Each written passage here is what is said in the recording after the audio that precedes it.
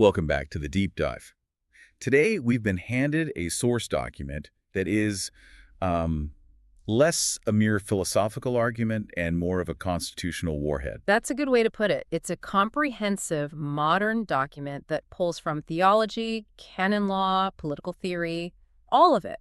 And it proposes this singular, incredibly radical structure for global governance. The offices of Pope Kingman. Exactly. Hmm. It is a document written with what the authors call brutal clarity, and they mean it. This isn't theoretical. It's a detailed blueprint for an absolute, yet, and this is key, a highly conditioned righteous authority. And it's all backed by something they call an Abrahamic justice system. Right. And the goal really is to challenge every prevailing secular assumption you can think of. Yeah. About sovereignty, corporate power, moral law.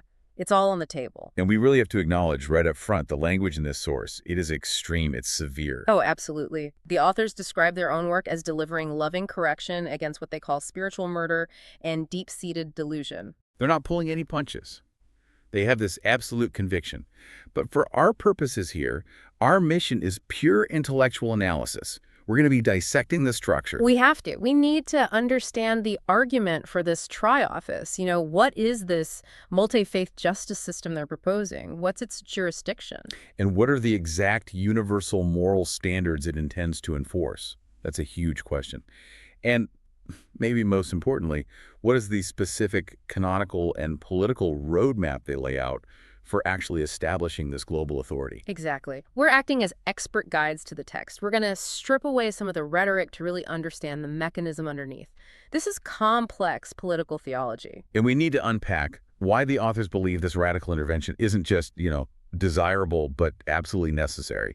So I think the best place to start is with their assessment of the world today. Let's do it. The crisis. The treatise opens with an almost apocalyptic declaration and says the world isn't merely troubled, it's in moral chaos. That's the phrase.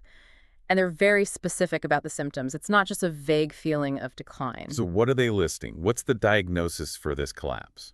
It's a stark picture. They point to rampant heresy, widespread atheism, and deep institutional corruption. But it goes further. They talk about the systematic collapse of the traditional family unit. Okay, that's a common theme in these kinds of documents. It is, but they link it to something they see as more critical, which is the outright suppression of free worship and moral expression. So it's not just that things are bad, it's that the ability to even talk about why things are bad is being shut down. Precisely. The authors argue this isn't some random societal drift. It's a systemic attack on the spiritual health of humanity, and it's leading to a state they call soul-crippling, disordering, destructive ignorance. And what's fascinating and really sets this document apart is that it doesn't just blame secular governments or, big corporations. It traces the ultimate source of the crisis back to a spiritual and canonical failure within the church itself. That's right. The blame is laid squarely at the feet of the hierarchy, and they use very specific theological language to define this failure. It's built on two interlocking concepts, right? Modernism and something called see-deprivationism. Yes, and you can't understand the treatise without understanding those two terms.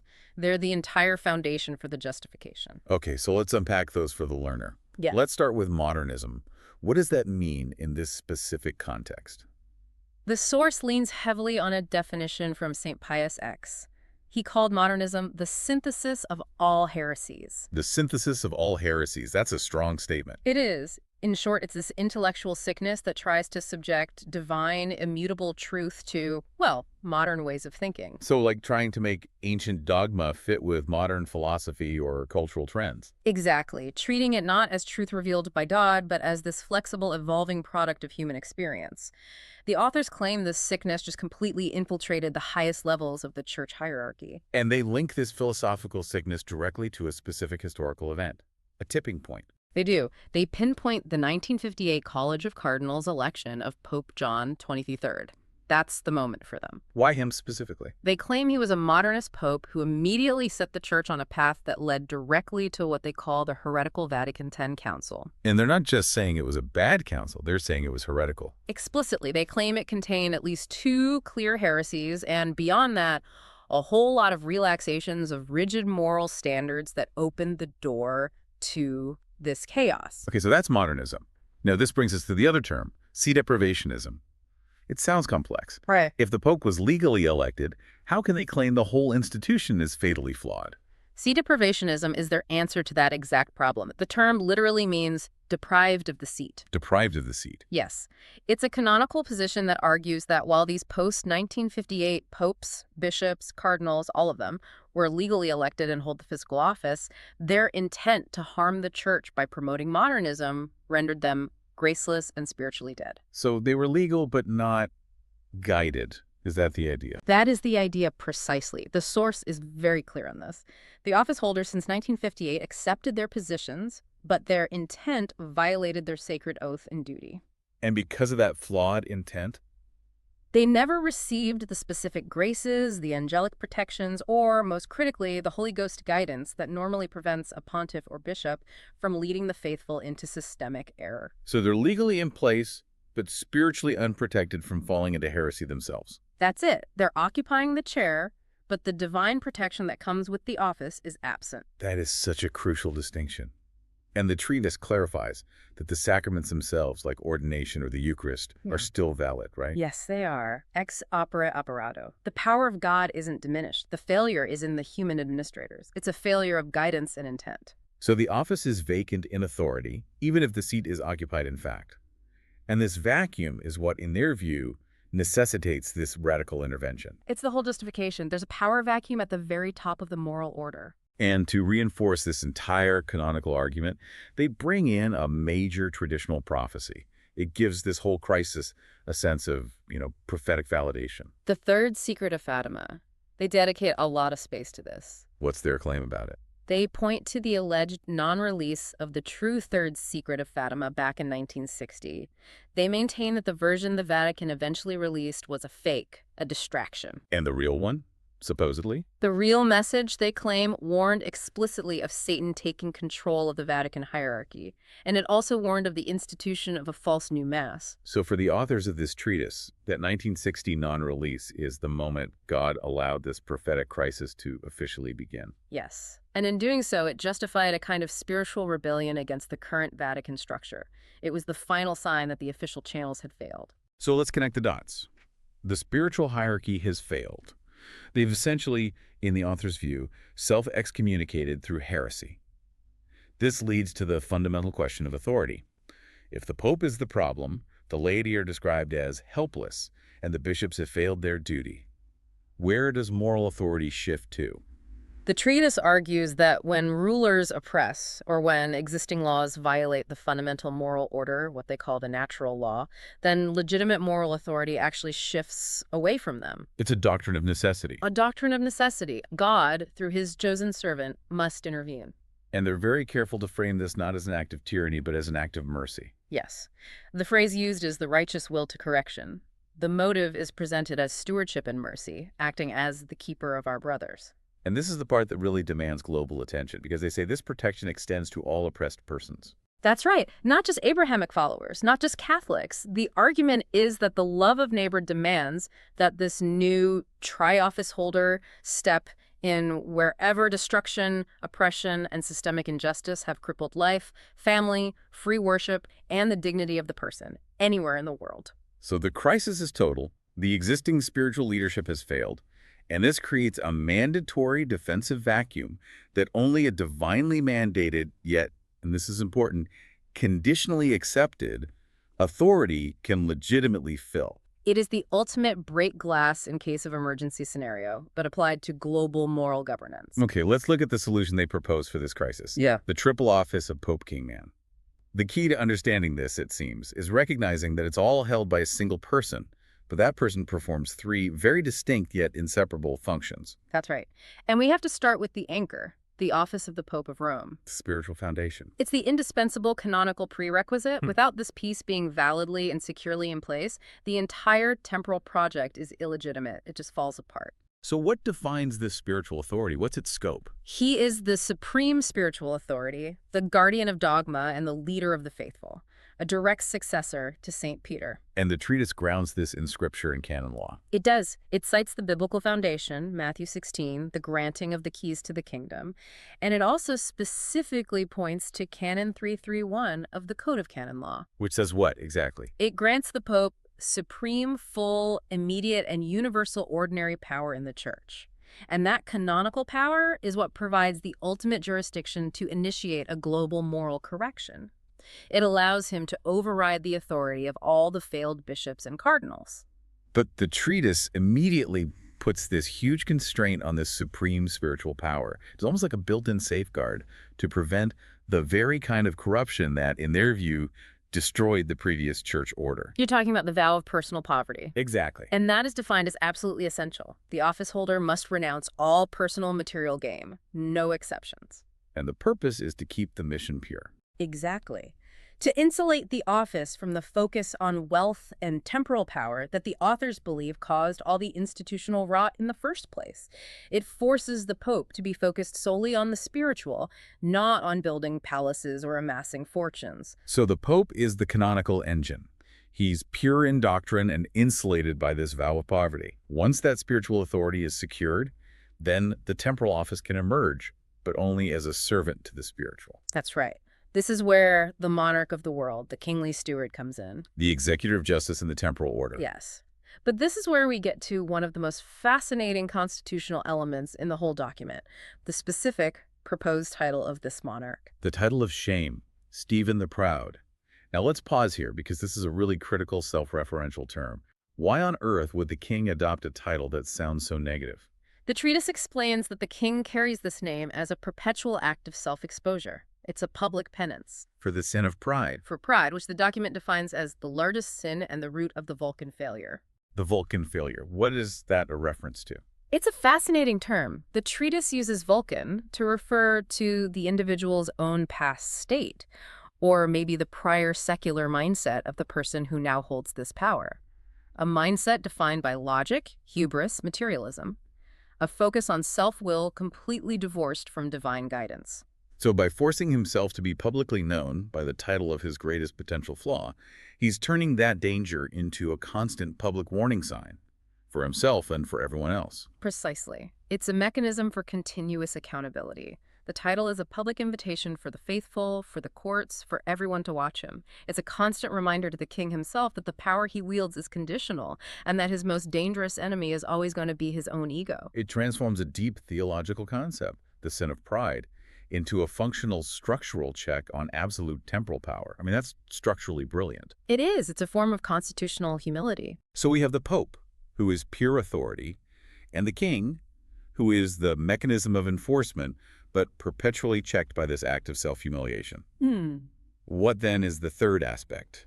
The man. This is the stabilizing element. Man as Stephen Sears' work. What does that represent? It represents humility, service, and solidarity with humanity. It's the part that reminds everyone that this person, despite holding these immense offices, remains one among sinners, subject to the moral law as all others, yet simultaneously inspired to serve. It grounds him in human reality. It's a safeguard to ensure he doesn't slip into that kind of self-deification that you see with so many absolute monarchs throughout history. Exactly. He's still a man, subject to the same laws as everyone else. This tripartite structure mandate from the Pope, mechanism in the king and conscience as the man, it leads directly to the core constitutional safeguard in the whole document. The fact that the king's power is not actually absolute. That is paramount. The treatise insists over and over that the kingly office is wholly derivative and conditional. It doesn't exist on its own. It cannot.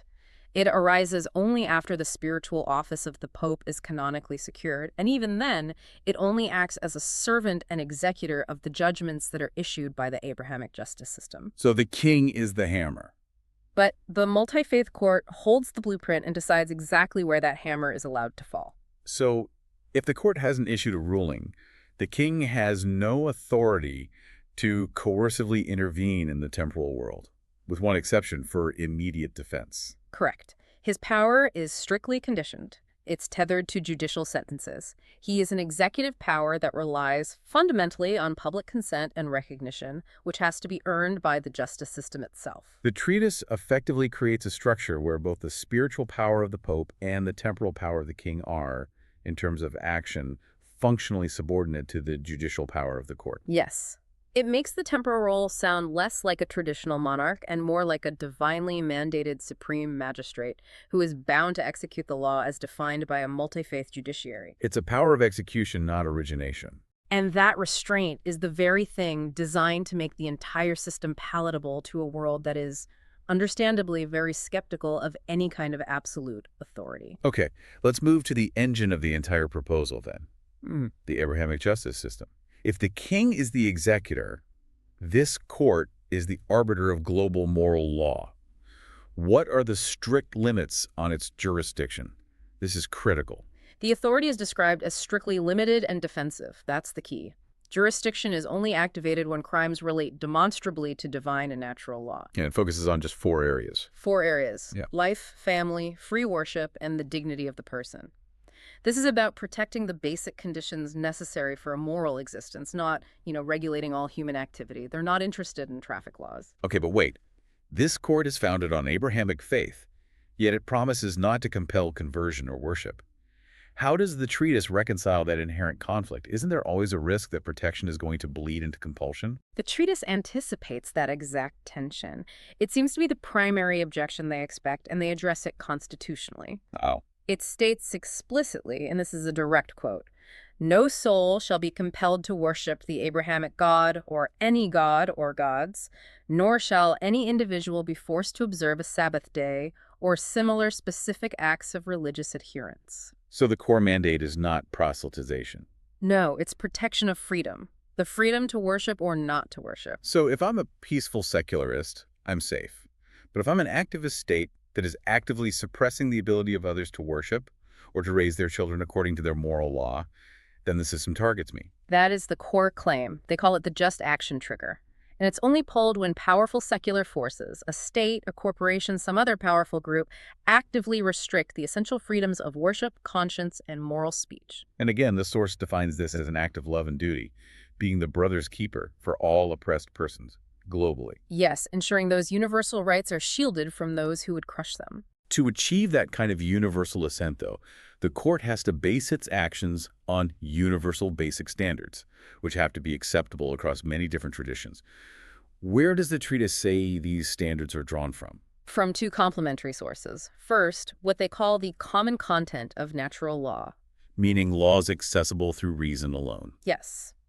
The treatise specifically cites the book of Romans, chapter 2, reminding the reader that these moral laws are written on the heart, accessible by reason even to those who have never received divine revelation. That's the secular philosophical basis. And the second source is the Abrahamic core. Yes, this is the stuff that encompasses the shared fundamental moral prohibitions across Judaism, Christianity, and Islam. Yeah. Core 10 commandments, prohibitions on murder, theft, false witness, and other foundational moral duties. But here's the critical filter. The thing that, in theory, limits the entire endeavor. The mandate for assent. This is the constitutional check designed to prevent mission creep. And the treatise mandates, and this is another key quote, "Only those standards which can receive broad, cross-traditional, and secular assent shall be included. And anything else. Disputed sect-specific doctrine shall not be elevated to universal law." This is huge. It means complex theological differences.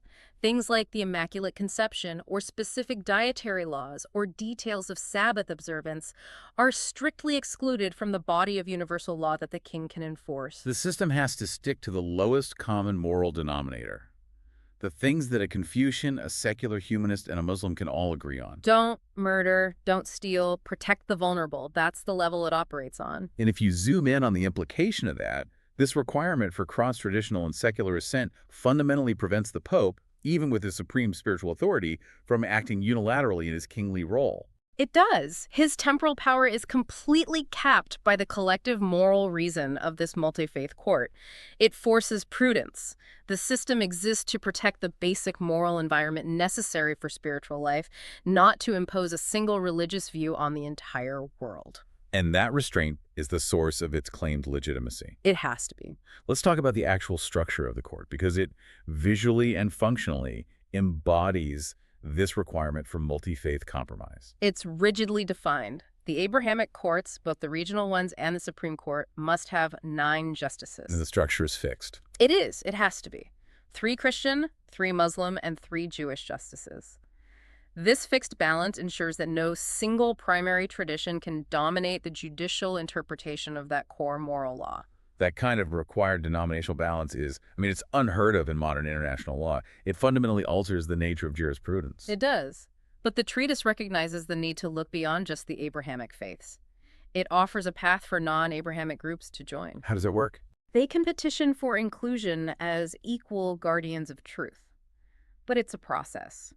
It starts with securing what's called advisory influence. And to do that, A non-Abrahamic faith group has to present a petition with signatures from roughly 1/10 or 10% of their adult adherents. so they have to demonstrate a real popular will to participate in this moral governance. It can't just be a few leaders. Exactly. And if they do that, what happens during this advisory period? They serve as non-voting court members for a period of 10 years.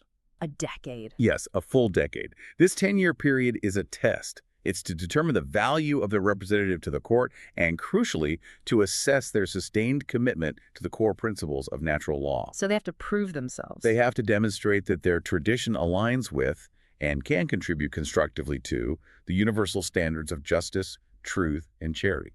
It's a long job interview. I can see the structural tension there. It's an invitation to join the governing structure, but participation has to be earned through demonstrated prudence and moral alignment over a very long period. And if they successfully pass that 10-year test. Then they can receive a final vote of acceptance into the court as a full permanent member, expanding the multi-faith composition beyond that original 333 framework.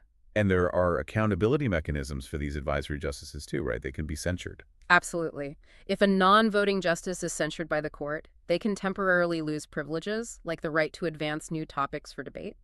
If they consistently fail to demonstrate value, the Pope can actually request that the petitioning leadership replace them. So it ensures the process of inclusion is driven by the quality of moral contribution, not just mere presence. It's all about maintaining the integrity of the court's purpose. So if the court defines the law, the king enforces it. This brings us to what might be the most radical section of the entire treatise: how this new temporal authority deals with modern concentrations of power. I'm talking about transnational corporations and states that hide behind legal fictions. Yes, the section on the doctrine of corporate accountability. This is essential for any modern listener because it immediately dissolves the legal architecture that protects global power structures as we know them today. How so? The treatise states that when corporations cause systemic harm to souls or to the moral order, the veil of corporate personhood and legal immunity shall be immediately dissolved. Gone. Just like that. So directors, CEOs, corporate officers, they lose their legal shield and they face personal, criminal liability for the decisions made on behalf of the company. It's a complete inversion of modern corporate law. It targets the human will behind the institution, not just the institution itself. Exactly. And to make this enforcement practical, the treatise introduces the host country mandate. Okay, what's that? Every corporation, anywhere in the world, must designate a host country that explicitly accepts sovereign responsibility for that corporation's actions and potential damages globally. So you're forcing the nation-state to take ownership of its corporate residents. And to make sure they take that responsibility seriously, there's the mandatory sovereign bond. Yes. Let's walk through a hypothetical to see how this would work in practice. It makes it much clearer. Okay, let's do it. Let's say a major global technology firm, let's say it's hosted by country A, is found by the Abrahamic court to have caused systemic harm. Maybe by designing platforms that promote mass deception and the corruption of children, a clear violation of the standards of family and dignity. A very relevant example. So what happens to country A? Country A must immediately secure a guaranteed bond that's equal to 50% of the maximum calculated potential damage from this corporation. And the other half. Plus mandatory insurance for the remaining half. So if the potential damages are calculated at, say, $100 billion, country A is immediately on the hook for $50 billion and has to ensure the other $50 billion is insured, or that corporation cannot operate, period. Precisely. This mechanism does two things. One, it guarantees immediate victim restitution, which solves the problem of companies just declaring bankruptcy to escape their debts. Right. No more disposable bankrupt corporations. And two, and this is more strategic, it compels the sovereign state country A, in our example, to exercise extreme prudence and proactive oversight before the harm is even done. They know that their own national treasury is the ultimate guarantor. It enforces moral behavior through crippling financial self-interest on the part of the state itself. That's the mechanism. So the king's will, his enforcement power, is focused not on the legal fiction of the corporation, but on the individuals. The monarchic office uses this mechanism of the king's will to surgically identify and pursue the specific persons and their culpable bloodlines who directed the violations. It rejects the idea that a balance sheet or some government ministry can be the sole target of justice. Accountability rests with the directors, not the disposable entities they create. Yes. But this brings us to the concept of familial culpability, which, you have to admit, sounds extremely harsh. It does. How is the punishment of older adults in the immediate familial line justified in this treatise? This doctrine is justified as a public correction of the fundamental unit of moral responsibility, which they see as the family.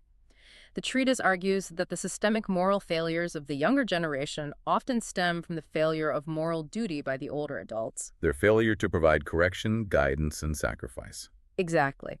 The punishment is for the public action of allowing corruption to fester within the family unit, which then results in harm to the wider society. So it redefines the family from being a purely private unit into a publicly accountable moral governance unit. In a sense, yes, but the severity is controlled. The treatise stresses that due process is strictly required and that false accusation is defined as a grave sin. And the most extreme measure, the punishment of bloodlines. That is reserved only for cases where corruption is manifest and entrenched over generations. It's not the first resort. And what about redemption? Is there a way back? The system seems very focused on correction, not just punishment. Mercy is a structural component. Offenders are offered what's called life in repentance. Which means? It's essentially lifelong parole under very rigorous conditions. Complete restitution to victims, service to the community, and often a mandatory life of poverty, forcing them to focus their remaining years on moral repair, not personal gain. And the most vulnerable are spared.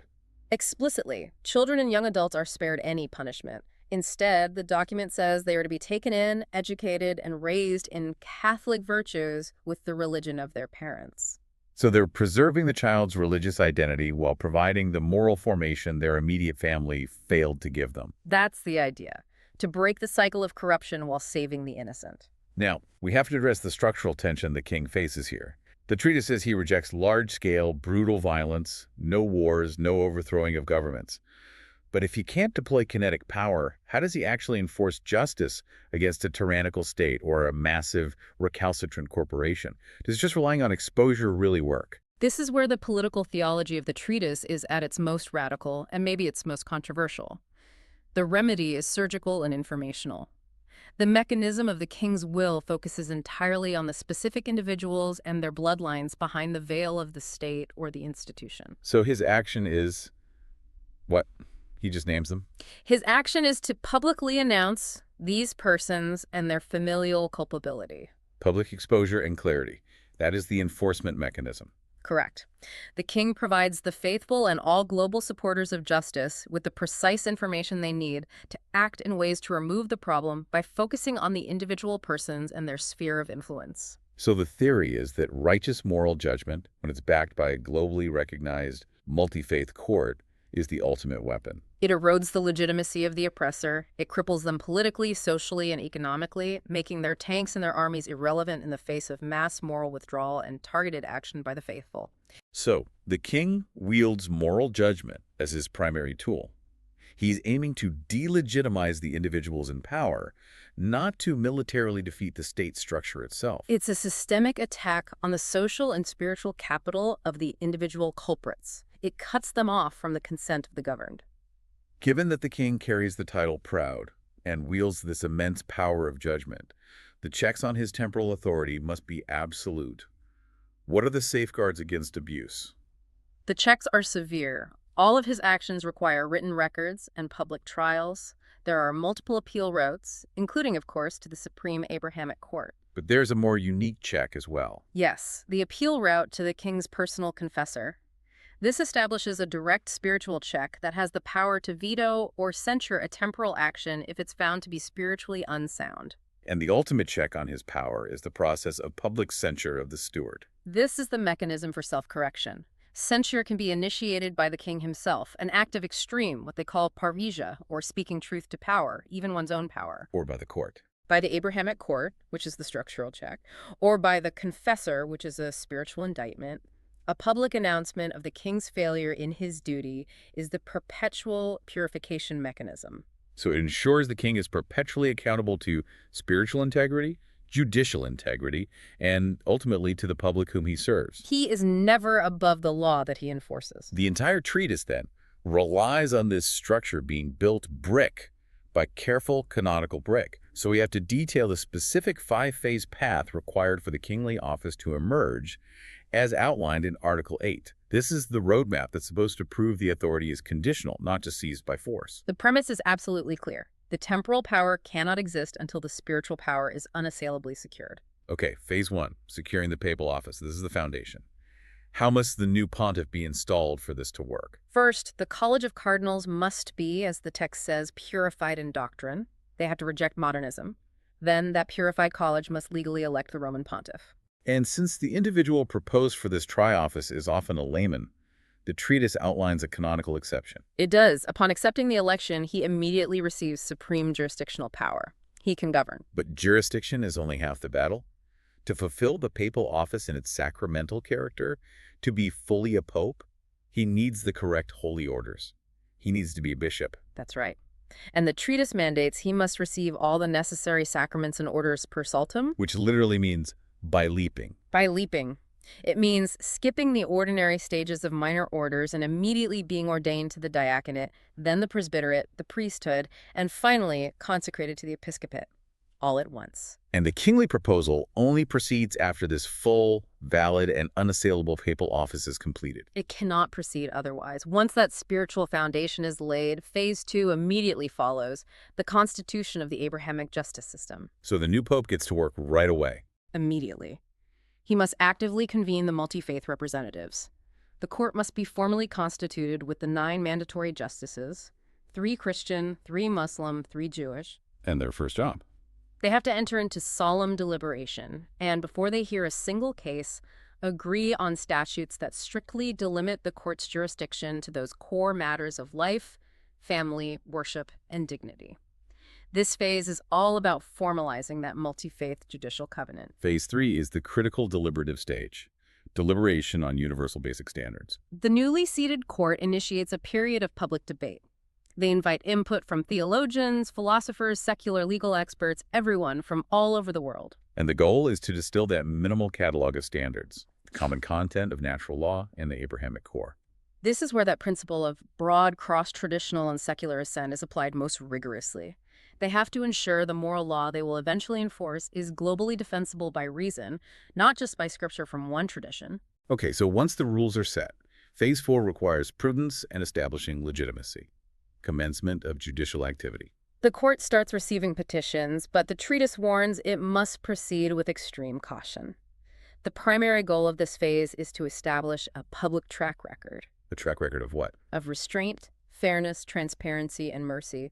They're advised to only take on cases that are factually substantiated, narrowly framed, and, frankly, winnable in justice. Cases that will command broad sympathy across different confessions and communities. They're building their resume, building trust. They have to, because that prudence is necessary to earn the final critical phase. Phase 5, emergence of consented temporal mandate. This is the moment the kingly office can finally be assumed, and it is entirely dependent on the court's success in phase 4. The kingly office emerges only when a stable, wide, and enduring pattern of free recognition and consent has appeared across peoples and confessions. How is that recognition manifested? Through formal endorsements, through concordats, which are formal agreements with states, or just through sustained recourse to the court's jurisdiction by states or communities that are seeking remedy for injustice. So the temporal mandate is, therefore, earned, not seized. It's the public declaring, through their actions and agreements, we recognize the justice of this system. That is the entire point. And the king may not act coercively except in those 2 very specific situations we mentioned earlier from Article X. 1, executing a final written judgment of the Abrahamic court. Or 2, direct and immediate defense of the court or protected lives where any delay would cause irreparable harm. That's it. And what about non-participants? What about states or communities that just say, no thanks, we decline to recognize the court? Article Uriah provides the ultimate safeguard against expansionist aggression. It says that states that decline to recognize the court, but which refrain from grave violations like genocide or systematic persecution. They shall not be subject to coercive action.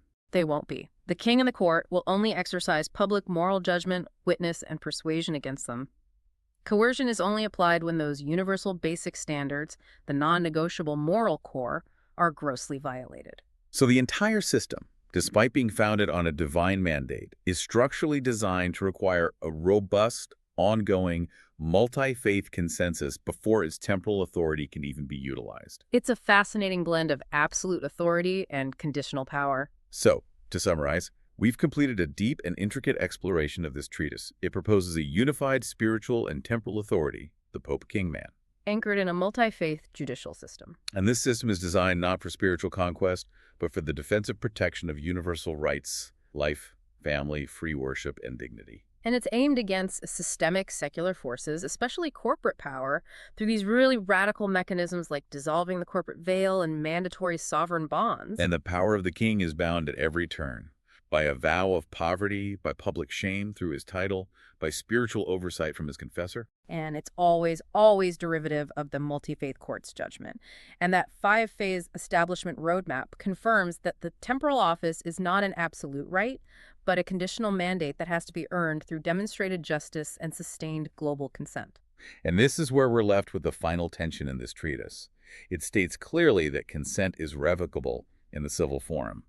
Peoples can choose to withdraw their recognition. Yet the king retains the power to intervene based on his divine mandate in the most extreme cases of injustice, genocide, systematic persecution, even if local consent is lacking. So this raises the essential question for you, the learner. In a governance system that's predicated on a divine mandate, how stable is that power when the very source material acknowledges that its temporal authority is both conditional and explicitly revocable by the very people it seeks to govern? Does the system's legitimacy ultimately rely more on its spiritual claims or on its demonstrated, humanly consented to prudence and restraint? What happens if that global consensus, the one necessary to legitimize the king, evaporates? Something to ponder as you consider the perennial conflict between ultimate moral authority and the practical realities of political consent. Thank you for joining us for this deep dive.